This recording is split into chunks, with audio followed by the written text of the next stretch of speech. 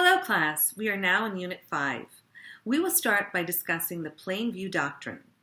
This doctrine says that if a police officer observes criminal evidence in plain view, they can seize that evidence without a warrant. There are two requirements for invoking the plain view doctrine.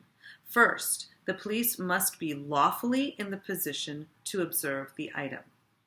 Second, as soon as the police observe this item, they must have probable cause to believe that it is criminal evidence. In other words, the evidence must be visibly criminal in nature without necessitating any investigation on the part of the police officer to identify the criminal nature of this evidence. For example, if the police see a run-of-the-mill computer in someone's home in plain view and need to turn it over to run a serial number through the system in order to confirm that this computer was stolen, this act of turning over the computer and investigating the serial number is not covered under the plain view doctrine. The police officer would be violating the second prong of the doctrine. Originally, there was a third requirement for this doctrine, which was that the discovery of this item must be inadvertent. Inadvertent discovery was referring to a police officer's unexpected finding of incriminating evidence in plain view. We no longer have this third requirement, just the other two requirements that we have discussed. Another issue in this unit involves the search of high school students by school officials. Up until now, our focus has been on what circumstances can a police officer conduct a search. Here, we are focusing on school officials and in what circumstances can they conduct searches on high school students. For school officials to search students, they do not need probable cause or search warrants. Instead, they need to pass a reasonableness test.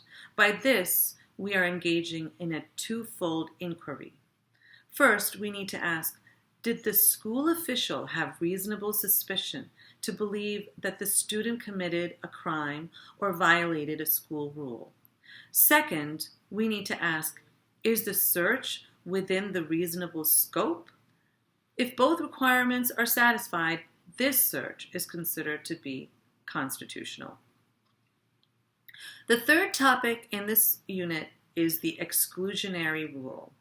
The exclusionary rule states that if a police officer obtains evidence illegally, then this evidence cannot be used in a court of law.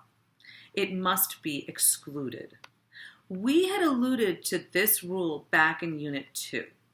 We will be discussing the significance of Mapp versus Ohio when it comes to the exclusionary rule.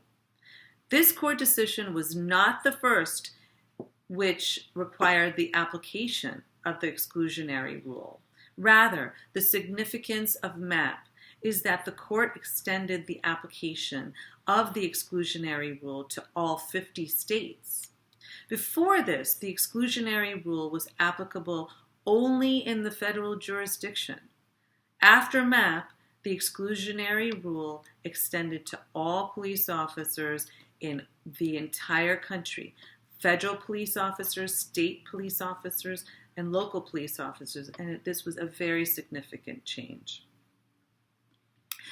As in so many topics that we have discussed so far, there is an exception to the exclusionary rule. It is called the inevitable discovery exception. When you read the cases in this unit, you will learn more about this exception. In a nutshell, if the police officer would have inevitably discovered the evidence, this evidence can be used in a court of law even though the police officer conducted an illegal search. Hey.